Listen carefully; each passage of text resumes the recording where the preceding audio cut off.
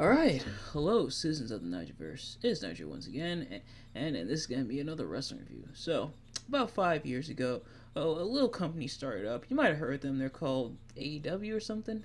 But they started up with their inaugural real event after the first ever All In. And they started with this new event called Double or Nothing to officially kick off AEW. And 5 years later, they returned to the MGM Grand for Double or Nothing once again, and it's time for Double or Nothing 2024. Of course, first for starters, I'm not a professional wrestling reviewer or analyst or anything like that. Just a man who enjoys a good time. And whoo boy, what a pay per view! This definitely was a top down solid card. This is awesome to see. Between and I mentioned this in Dynasty, and I'll mention it again here for this event because it definitely applies to this event as well. Oh, this and Dynasty from last month, which I reviewed last week or so. If you haven't already, go check out that review. But these, I think, were definitely the shot in the arm that AEW needed for sure. But what went down at Double or Nothing yesterday? Last night that is. Let's find out. If you've seen these reviews before, you kind of know how this works. If you haven't, gonna be talking about what I liked and disliked about each match. I'm gonna go in order by the matches. We do have a couple pre-show matches. As well as another preliminary. He as for starters, we'll talk about I guess we'll talk about the preliminary. So Tony Khan announced that the winners of the Owen Hart Memorial Tournament for both the men and women will receive championship opportunities for the I believe the AEW World Championship and the Women's World Championship. At All In, or it might just be a championship of their choosing, and especially because I think there is supposed to be, I think it's like a championship didn't necessarily specify, because I know they are doing a battle royal to determine who will face Swerve or at the very least face Swerve at Forbidden Door, if I'm not mistaken. So whoever wins the Owen Hart Memorial Tournament for both the men and women, they will receive championship opportunities at All In, and so that's pretty cool. Between King of the Ring and Queen of the Ring getting those distinctions, and now them doing the same thing with the Owen Hart Memorial Tournament winners in AEW, which I think that's how they done things in the past. If I'm mistaken about that, please let me know, and I do apologize. But that is cool to see how you don't just win the tournament and get the championship, and that's it. No, you actually get an extra prize, an extra incentive, which is pretty cool to see. It's definitely a pretty good thing to see. But now getting into the matches proper, starting with the pre-show matches, which I did not watch. And also, I do have to talk about my experience with Triller TV / Fight TV. I would say pretty solid experience so far. I didn't run into too many issues. Initially I was watching it via my TV, via my phone. The only thing is it was hard to log in to my TV because my TV doesn't allow me to log in directly through Google, which I was able to do for both my laptop here and my phone, but I sadly wasn't able to do it on the TV. So what I did was I did AirPlay. That went well at first, but then that started acting up. And I think it was because my phone's Wi-Fi was acting up. It's been acting up the past few days or so, but that was acting up, so I kept disconnecting and dropping and stuff. So I ended up watching it in my laptop. It started really acting up and disconnecting around the FGW Championship match. Actually, it was doing that through the Women's World Championship match. That's when I first started noticing it, and then by the time we got to the FGW Championship, it was doing it to the point where I threw in the towel and decided to finish the rest on my laptop. But Yeah, it was pretty weird, but otherwise, it's not too bad. And what was interesting for me is well, for starters, the stream quality was pretty good. So, thankfully, not too many problems. On like Bleacher Report, or it's and the problems I were having were kind of on my end, and so not really any problems, which is great.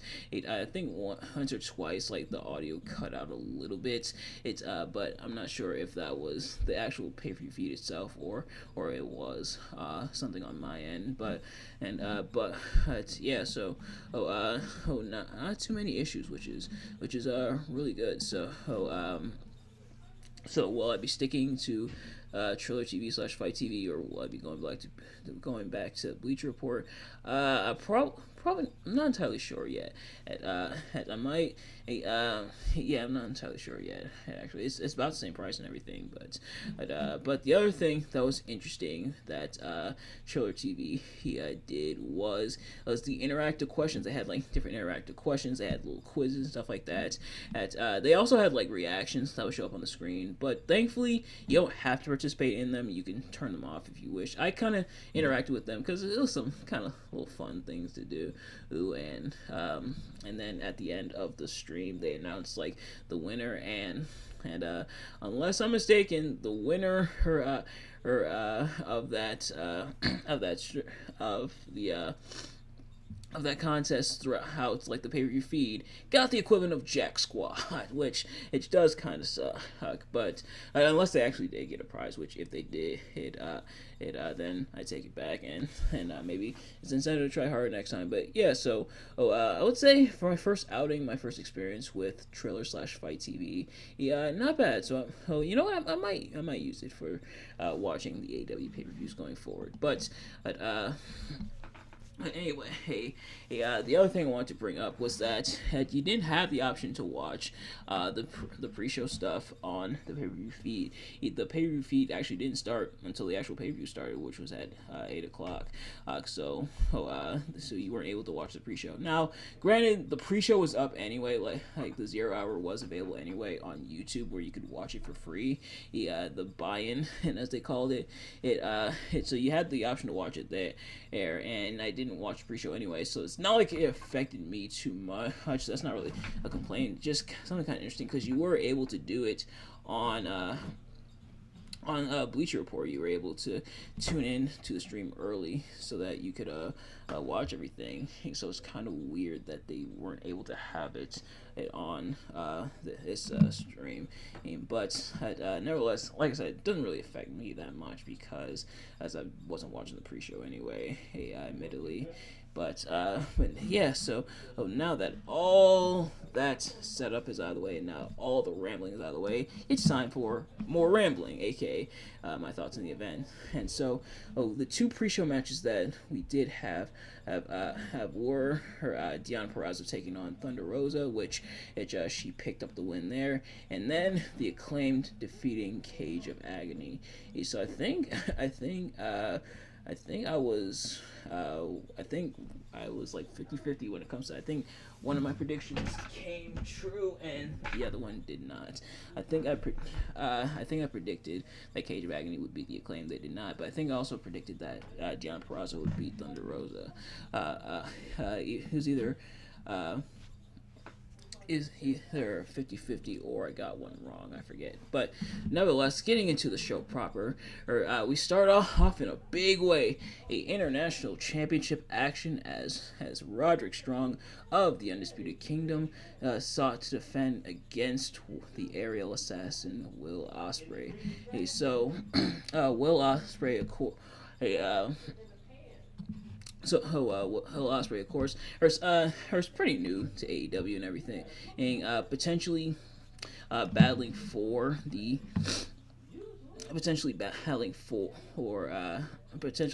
should say, the AEW World Championship at All In. But in the meantime, perhaps to get him some championship gold under his belt in the meantime.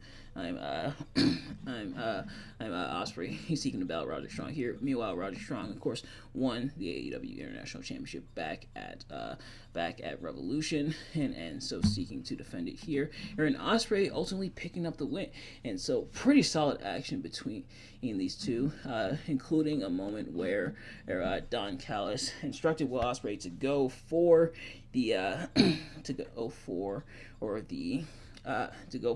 Tiger Driver, or the move that nearly broke Bryan Danielson's neck, and Osprey first advising against it. It didn't want to hit it, but instead nailed the Stormbreaker. Which if you didn't want to go for the Tiger Driver, the Stormbreaker I think would do just as much damage, potentially even more, because it has the twist element as well. But had Osprey putting Rod Strong away with the Stormbreaker, and the Hidden Blade. So actually looks like. Looks like it was, at least according to the wiki here, it looks like it was Hidden Blade and Stormbreaker, or to pick up the win, and I forget exactly which one it was that put away Roderick Strong, but nevertheless, Roderick Strong won the International Championship, and then afterwards, Adam Cole came out to address the crowd, and then he was addressed by three more of the most dangerous liars in professional wrestling, not HIM, not RKO, but MJF. You can say a lot about MJF, but one thing that you can't deny is, man, he knows how to make a return. So, Adam Cole was addressing the crowd, carrying the Devil's Mask around with him, and so which kind of was a bit of a dead giveaway as to what was going to happen. But then, and the lights go out, we see someone in their mansion, kind of a first person perspective. If I want to make an FPS joke, but too easy. But so we see the person presumed to be MJF with a poster of himself holding up the AEW World Championship. If we see him with the suit and the scarf, or if we see the ripped apart image of him and Adam Cole connecting his piece to the other piece. He's before grabbing a scarf, and MJF coming out, not with a scarf, but with a jacket very similar to the one Triple H had when he came back in 2002, who MJF at first hugs it out with Adam Cole before nailing the low blow, and then MJF addressing the crowd. I can't tell you everything he said because this is kind of a family channel, but MJF have pretty much stating what it boils down to is that the aggressive MJF is back, no more kangaroo kicks, no more friendships, it's no more BS. Has nobody told that to Paul White. But also MJF confirming that he has indeed re-signed with AEW and showing a tattoo of AEW. Who's saying, bet on yourself and everything. And he is back, and he's the wolf of wrestling because he is not leaving. I will say, the tattoo, some people have kind of made the joke, like, which one's worse, his tattoo or Cody Rhodes' tattoo.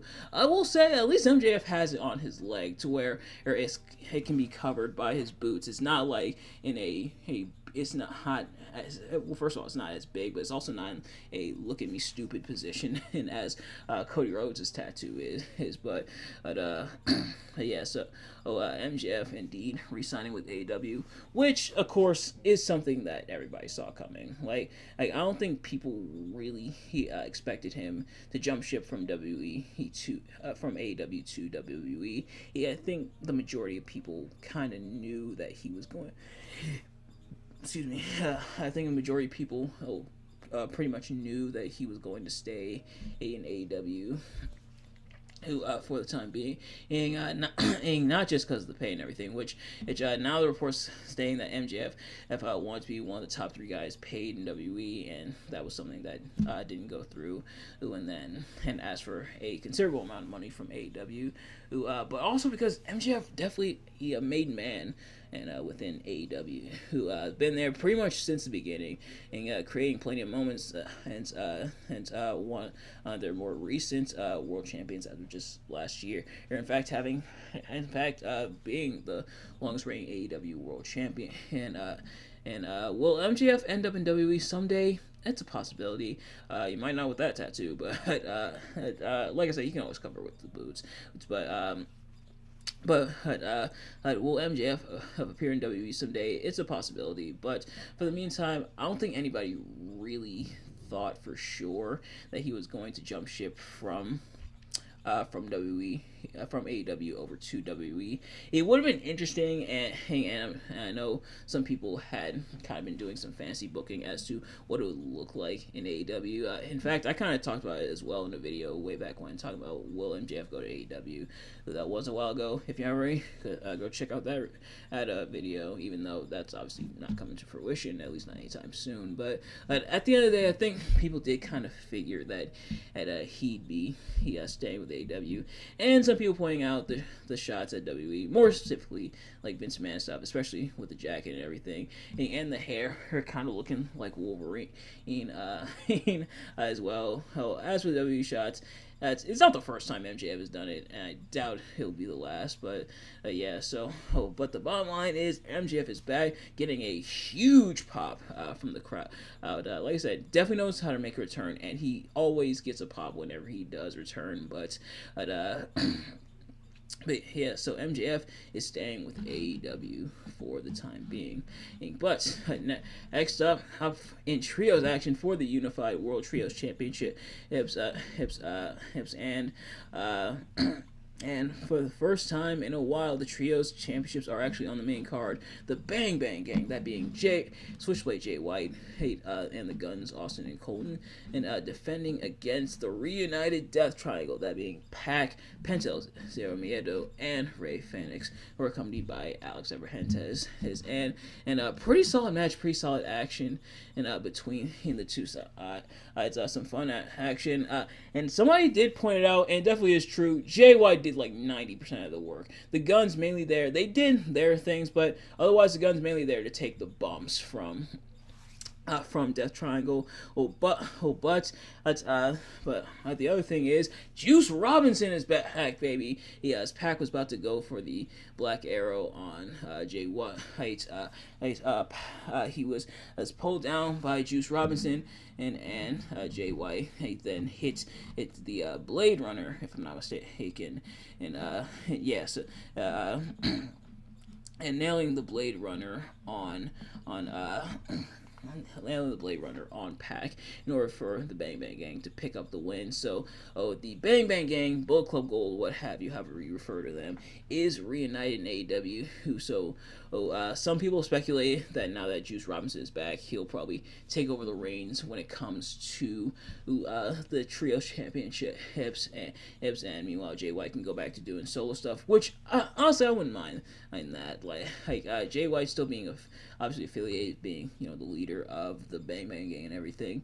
I think having that dynamic, but also going after the single stuff, I think would be pretty cool. But also, why is the Bang Bang Gang walking around with all three championships? Now, it makes sense for two of the titles. Like they have the World Trios Championships and they have the Ring of Honor World Trios Championships. They unified them after they won the Trios Championships from the Acclaimed. But they also have like the custom made scissor belts that the Acclaimed have. Why are they walking around with all three?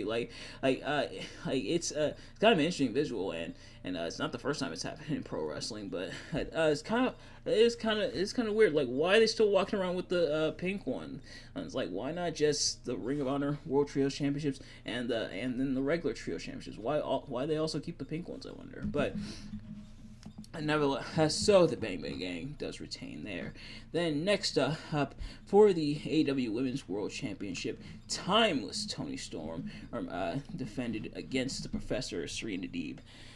Another day, another match that's not in black and white. Admittedly, it's not a big deal. It just would be nice to see, but come on, just one. I promise I'll stop asking about it. I know I'm sure some of you are probably sick of me asking about it. Nigel, why are you asking about it being in black and white? Because I think it'd be fun. All right, Toni Storm. Toni Storm is definitely definitely having a fantastic character, and having a fantastic character here, and it being in black and white would just be a lot of fun. But as for this match, some pretty solid action between the two, who including Mariah May almost throwing in the towel for Toni Storm as she was locked in submission, but ultimately not doing so. But Toni Storm then and putting away Serena Deeb with the pile driver off the top rope, and then the Storm Zero pile driver, or when they were back on the mats. And honestly, it is kind of, I get it, the Storm Zero is their finisher and everything, but honestly, it probably should have just had it finished off with the Storm Zero from the top rope. I think that probably would have been a hell of a way to end the match, but nevertheless, so Toni Storm picking up the win and retaining against Serena Deeb. Still no match in black and white, but I guess them's the breaks. But next up, in singles action, best friends turn bitter enemies as Orange Cassidy he battles Trent Beretta. Of course, Trent turned on Orange Cassidy as well as her friends, and pretty much disassembled best friend.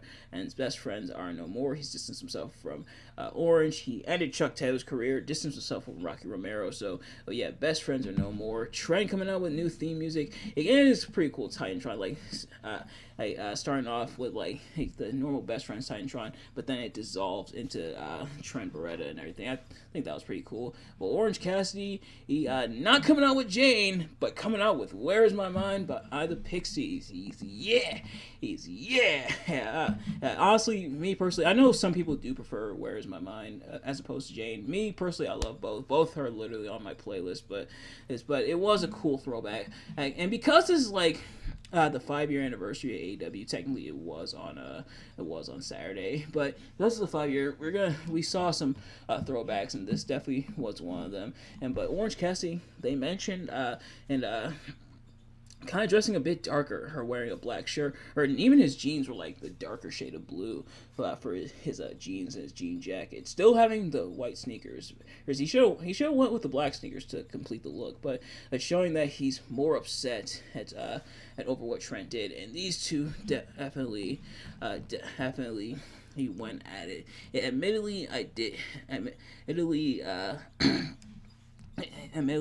miss the ending there because something did come up, but Orange Cassidy, at least according to Wiki, it does look like he rolled up Trent. And admittedly, I probably should have went back to watch it, but what can you do?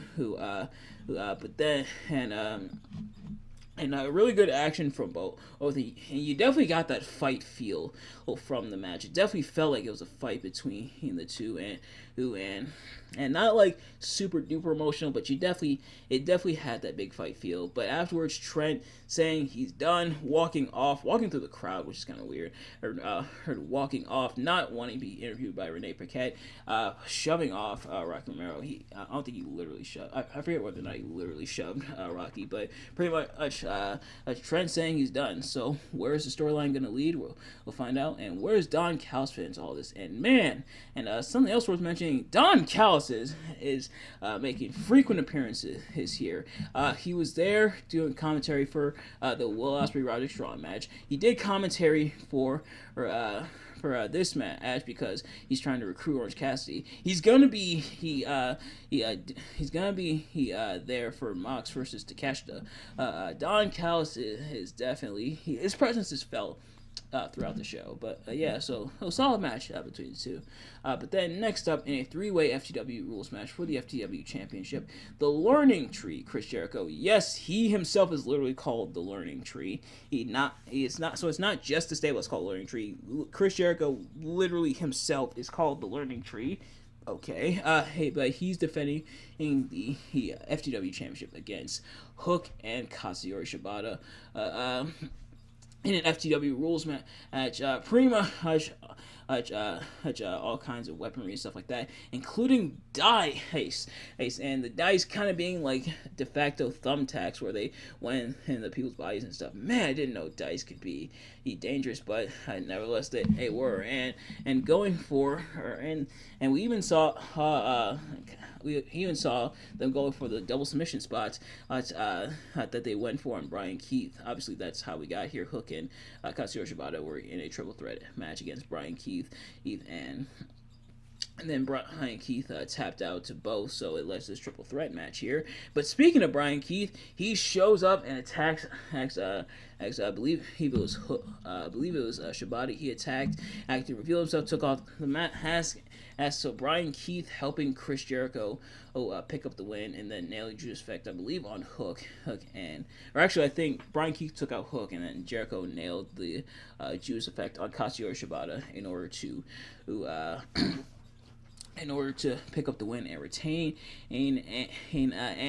And also worth mentioning, Big Bill almost impaling himself, almost being impaled, I should say, within the table. This was after Hook suplexed him off the apron, which is some good strength by Hook, but suplexed him off the apron through the table. Big Bill came pretty close to one of like the spikes within the legs of the table. I actually didn't even notice it until people were like replaying the clip on Twitter. I was like, oh yeah, that probably would have ended very disastrously for Big Bill, but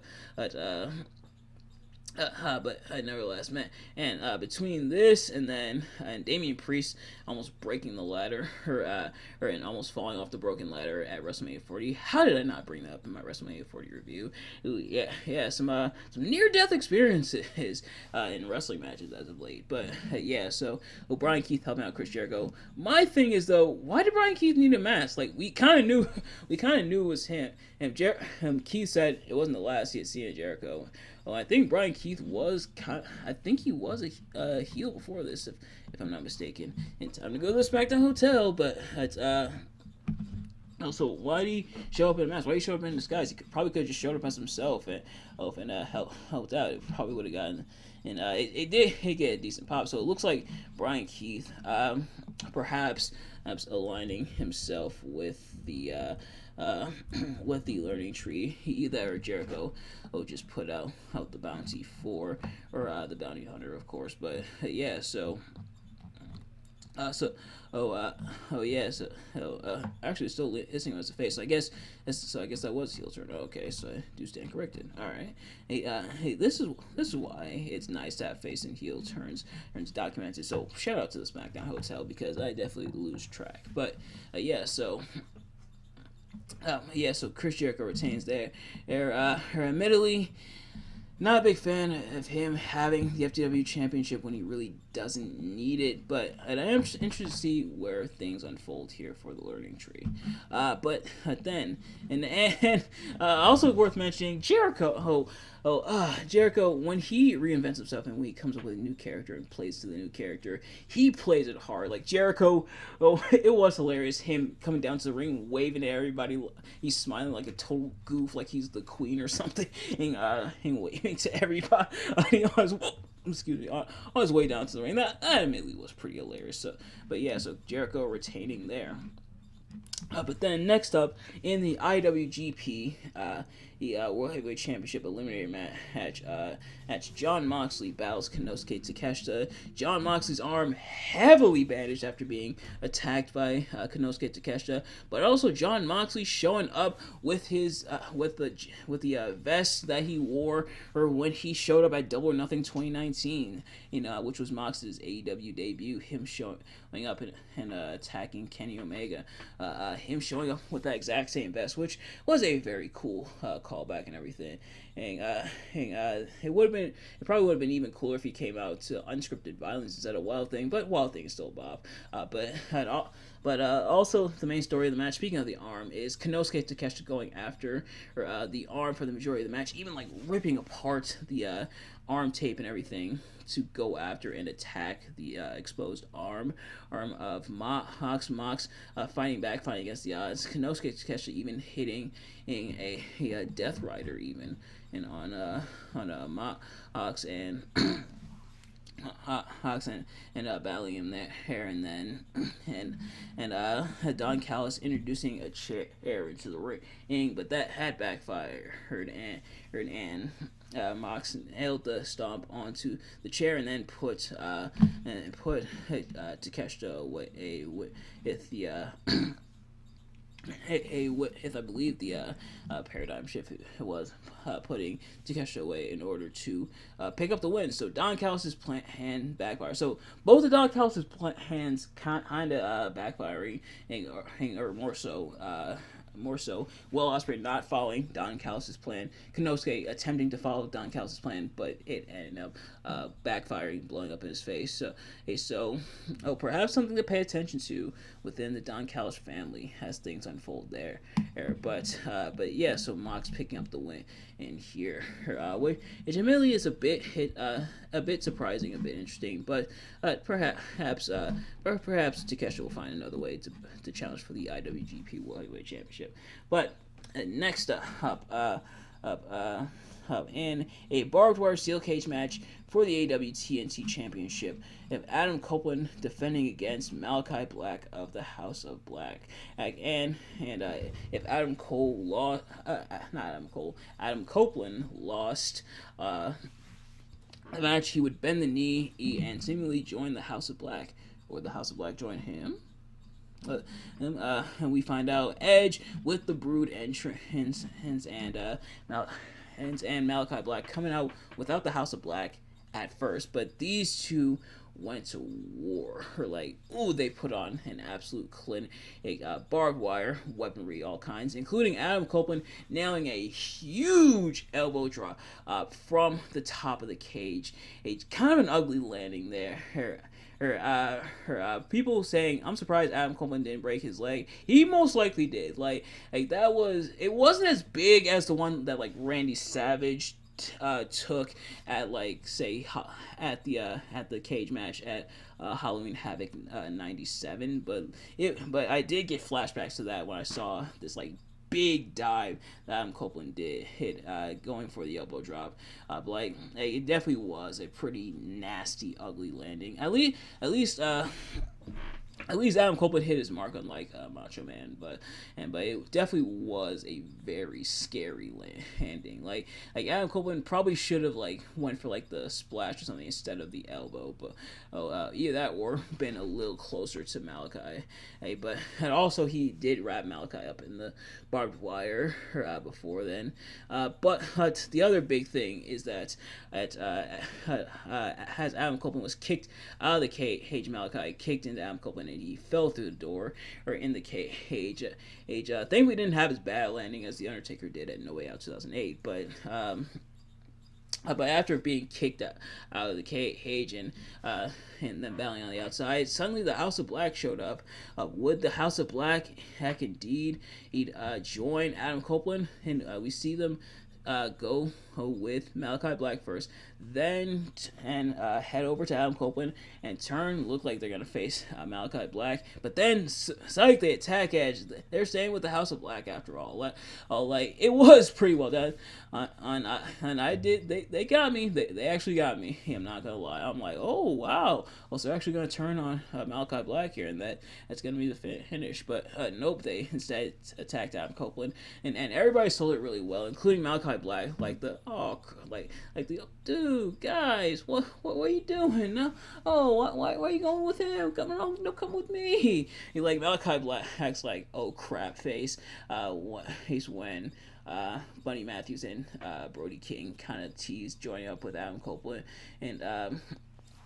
but had to attack him, so they're staying with the House of Black. But Adam Copeland doesn't need those guys because he's got some help from Gangrel. So the lights go out. They come back up. We see the red lighting. Then they come back up, and Gangrel emerges from the ring and helps out Adam Copeland, and Adam Copeland putting away Malachi Black with the spear to retain. So Gangrel helping out Adam Copeland. So a couple things of note. For starters, it looked like somebody. It looked like there was a potential miscue because Malachi Black started looking around, and I think even the rest of the House of Black kind of started start looking around before even like the music was hitting and the lights were going out.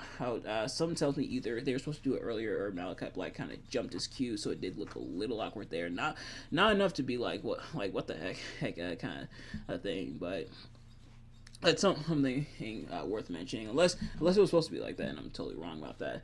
But the other thing, it is kind of full circle because if you remember a couple years ago when Gangrel was making an appearance at AEW, at first Gangrel I think was supposed to be on AEW TV, but then Adam Copeland showing up with like the Brute attire and everything. I think this was during, if I'm not mistaken, I think this was during Adam Copeland's slash Edge's feud with Seth Rollins, where he brought back the Brood stuff that kind of kibotched what they were gonna do with Gangrel and AEW. But it was a nice kind of full circle moment, and Gangrel does get to have his moment with Adam Copeland slash Edge, what have you, here. But nevertheless, Adam Copeland retaining, a bit surprising.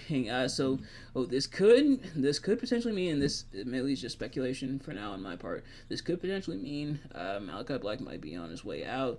That this could be it for him in AEW. Who perhaps, but interesting in here that Adam Copeland retained, but he does. So we'll have to see who will take the TNT Championship from Adam Copeland. But Adam Copeland with the attention there, and man, just a solid match.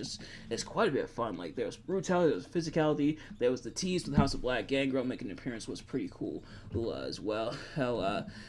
Too bad Christian wasn't there, but Christian's got other business, but we'll get to that later on. But now, moving on to your first of 3 main event matches, and I'm pretty sure they said that because people would have complained otherwise about this match not technically main eventing. And the TBS Championship is on the line as Willow Nightingale defends against Mercedes Moné. Yeah, people actually wanted this match to main event. Look, nothing against either lady, but compared to the other 2 matches, that could have main evented. One obviously kind of did. I know. AEW and WWE and other companies have done the whole multiple main events where technically one match is like the main event to actually close the show, but the rest are like main event caliber, so they just slap the main event name on the M and say, here, it's a main event, even though it's really not. It's nothing new. It's not going anywhere anytime soon, but I'm pretty sure her AEW was just like, here, fine, here, it's main eventing. See, look, it's main eventing. We put the main event there. Here, you're getting your main event. You're getting your TBS Championship main event. And not sure why people necessarily want this to main event. Like, okay, admittedly, I do kind of get it. Like, I guess Mercedes Moné, hey, this is her in-ring debut for AEW, stuff like that. And Willow Nightingale. You couldn't pay people to hate Willow Nightingale, but at the same time, main event worthy? I don't know. But nevertheless, this is technically your first of 3 triple main events. It's Willow Nightingale defending the TBS Championship against Mercedes Moné. Like I mentioned, this is Mercedes Moné's AEW debut, who she had been on the shelf for a year after her match with Willow Nightingale. Funny how things work out. But yeah, so Willow Nightingale defending against Mercedes here. And definitely a really fun match between the two, who has a lot of cool moments and bumps and spit hills. Mercedes, especially like selling like crazy for Willow, but ultimately, Mercedes putting Willow away with the Moneymaker, or which I forget what the exact name of that move is, but props for Mercedes for being able to lift up Willow there. But something that did happen in the match is that Stokely and Chris Statlander almost accidentally cost Willow Nightingale the match. Or was it an accident? Because afterwards, after they're consoling Willow and everything, I think Stokely, he tries blaming Chris for what happened, and Chris just like shoves him down, hard shove up to the ground. But then it's Statlander pulls the Kevin Owens from NXT. Like, man, there's a lot.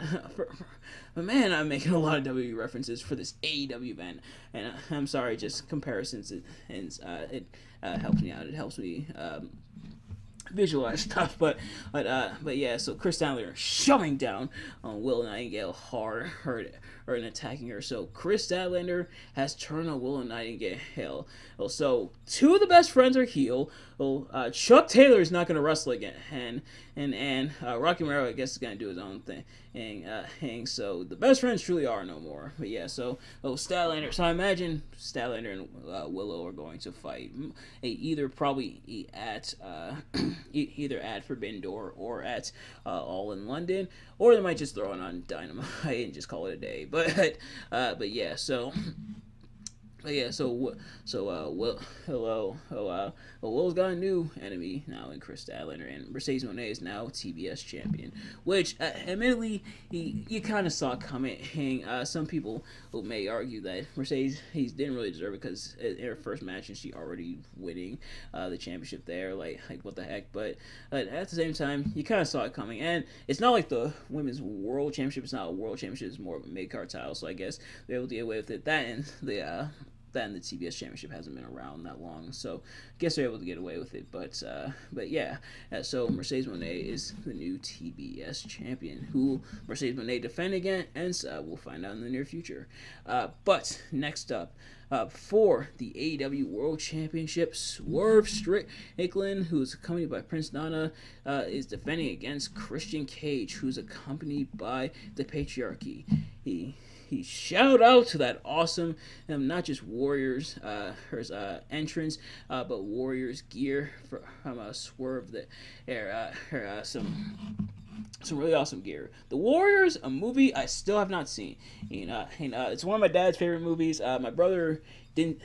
My brother played like the Warriors game, even that came out. That was also a big game as well. But me, I have done neither. So I definitely gotta get on the ball with that at some points. As for this one, of course, Christian Cage, they kind of explain away in storyline, and that's the great thing about promo packages. It kind of fills in the gaps if you miss like TV and everything, and so kind of in a way getting some revenge for her Swerve attacking Nick Wayne.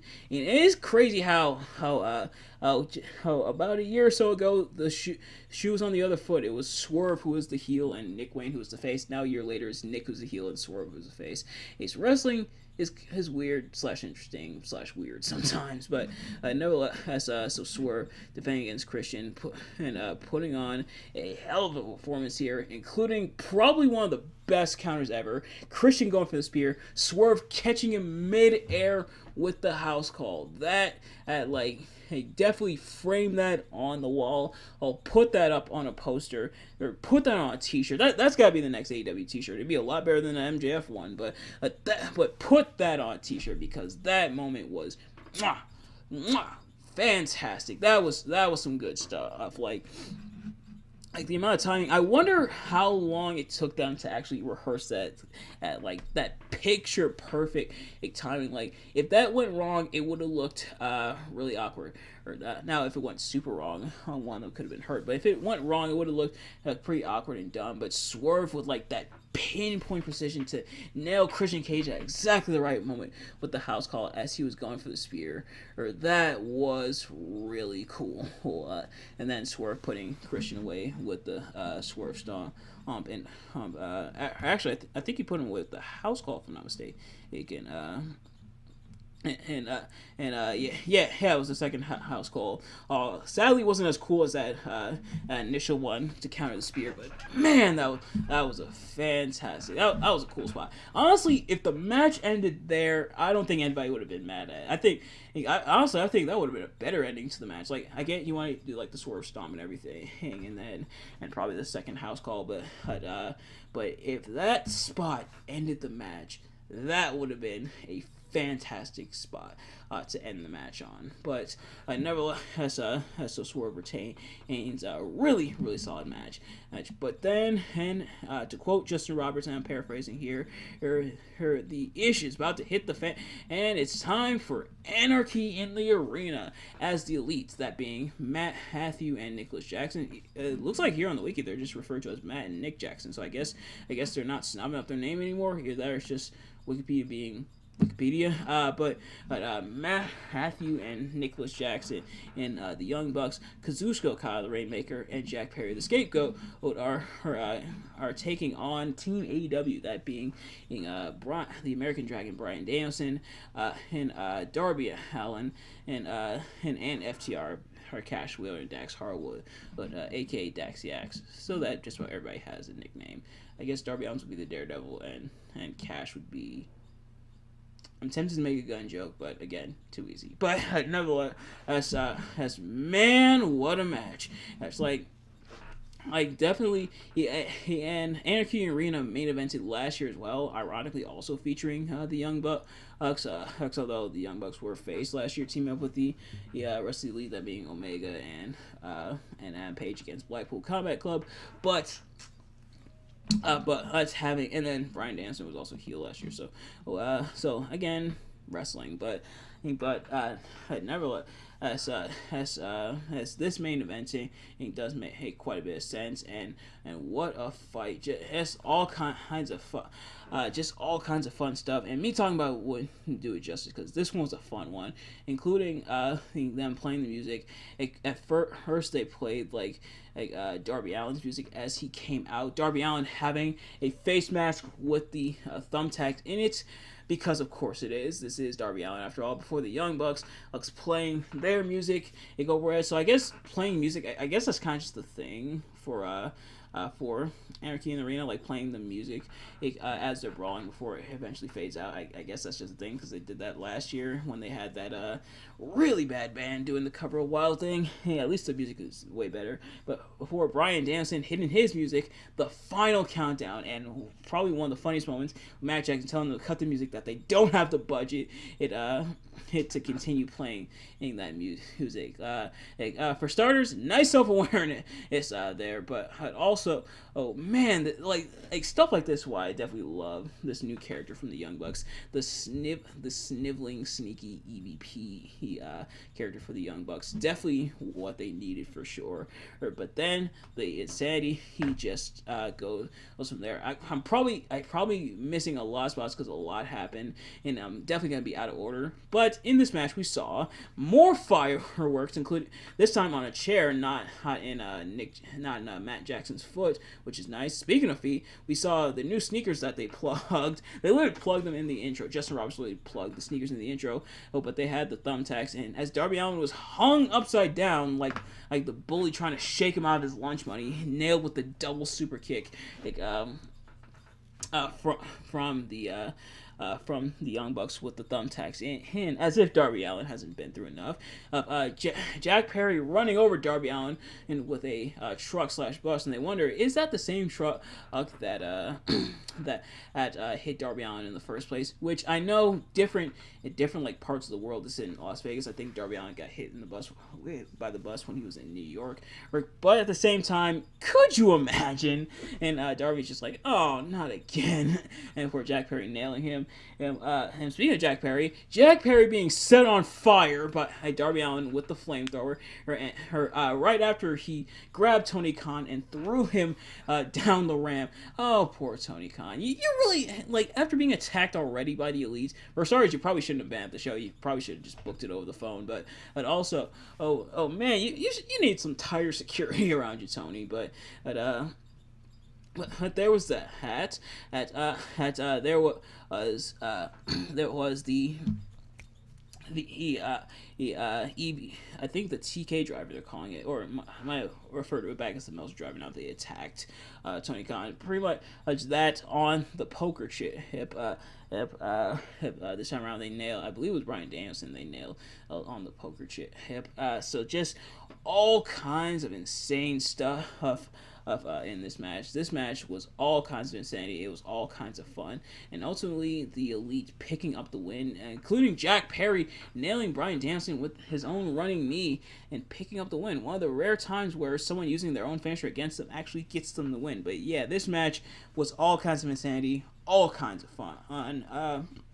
So in my time now watching AEW, I've seen 2 Anarchy in the Arena matches. Is between this one and the one last year. I think I might have to go with this one. Like last year was pretty fun. This one was extra fun. And yeah, just all kinds of insane stuff. But yeah, so that is the event. I think it was a really solid way to end the show, as the as the Elite's hostile takeover of AEW continues. There you have it. That is the event. If I had to pick a strongest and weakest match of the night, the strongest definitely Anarchy in the Arena. Like I'd say all three, like the triple main event matches were really good, but the Anarchy in the Arena, that was all kinds of fun, and it makes sense for it being the longest match of the night. If I had to find one of the matches to be the weakest of the night, and admittedly that's kind of in quotation marks because just not as good as the other one, maybe the Trios Championship match, although that was still really good. So a really solid card, so two really solid cards from AEW in a row. Like I said, definitely a step in the right direction for AEW. Definitely the shot in the arm that AEW needed. So hopefully this leads to improvement for AEW and their product and everything. But ladies and gentlemen, that is going to do it for this review. Thank you all so much for watching. I hope you enjoyed. If you did, please do me a favor: like, comment, subscribe, and share with your friends, and turn on post notifications so you know every time I upload a video, so you can see the drops. And let me know in the comments what your thoughts on Double or Nothing, on my review. Did you like Select Double or Nothing this year? Did you like my review of Double or Nothing? Let me know. Thank you all so much for watching. I will see you guys later. Peace.